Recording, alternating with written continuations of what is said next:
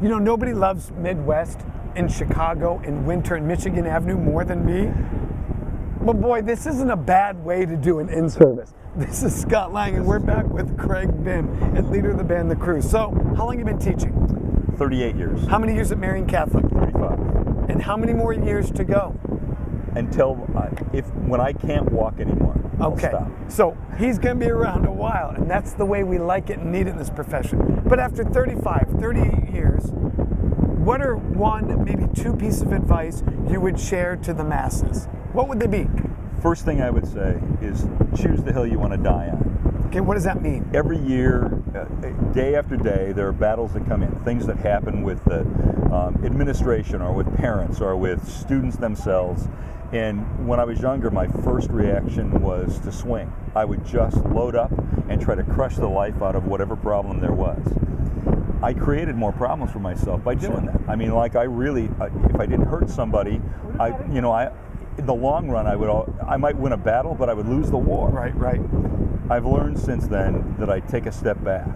I think about it, and I think about whether it's a battle that I need to fight to the death. If it's worth that, then that's the hill I want to die in. Hence the phrase. Or is it something that I can modify, and by giving ground now, win the war later?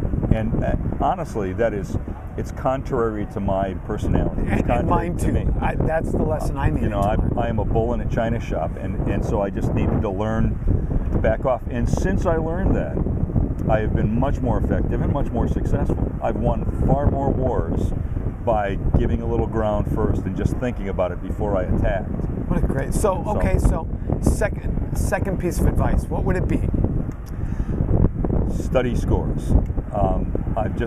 I had a chance recently to talk to the Vanderbilt College graduates at their graduation. Because you just received a pretty nice honor from them. Yes. You got an honorary doctorate from Charles Minghini and Vanderbilt College. Congratulations. The way I put that is I don't have a box for it. I'm moved, but I'm like, it's beyond being humbled. I don't know how to handle it. It was well earned. But I got to talk to the kids, and I loved that part. And one of the things that I said was, study your scores. Study your scores. Study your scores. It's a lesson I learned from Ravelli when I first got out of school. I got a chance to talk directly with him, and the first thing he said, I said, how do I become a better band director? He said, wear the seat of your pants out studying your scores. And a number of years later, I was on a concert with John Painter, and we were standing backstage watching someone, and he said, it's amazing how you can always tell when even some significant people really don't know their music very well. He said, I'm amazed at how many people don't take the time to really know their scores. And both of those really hit home. What I found too is when you really live with a score and know it deeply, when you really care about it, because it's significant literature especially, it becomes part of you. It becomes like an old friend. I love the Persichetti Symphony. I love the Hindemith Symphony, Lincoln Cherposy, Music for Prague, and they are like old friends. I mean, I feel rejuvenated, rewarded, strong, young, all of those things when I'm working on those. That's the fulfilling thing. Any other pain that may happen with one of those battles that I have to choose, all that goes away when we're at the recapitulation and the Persichetti Symphony.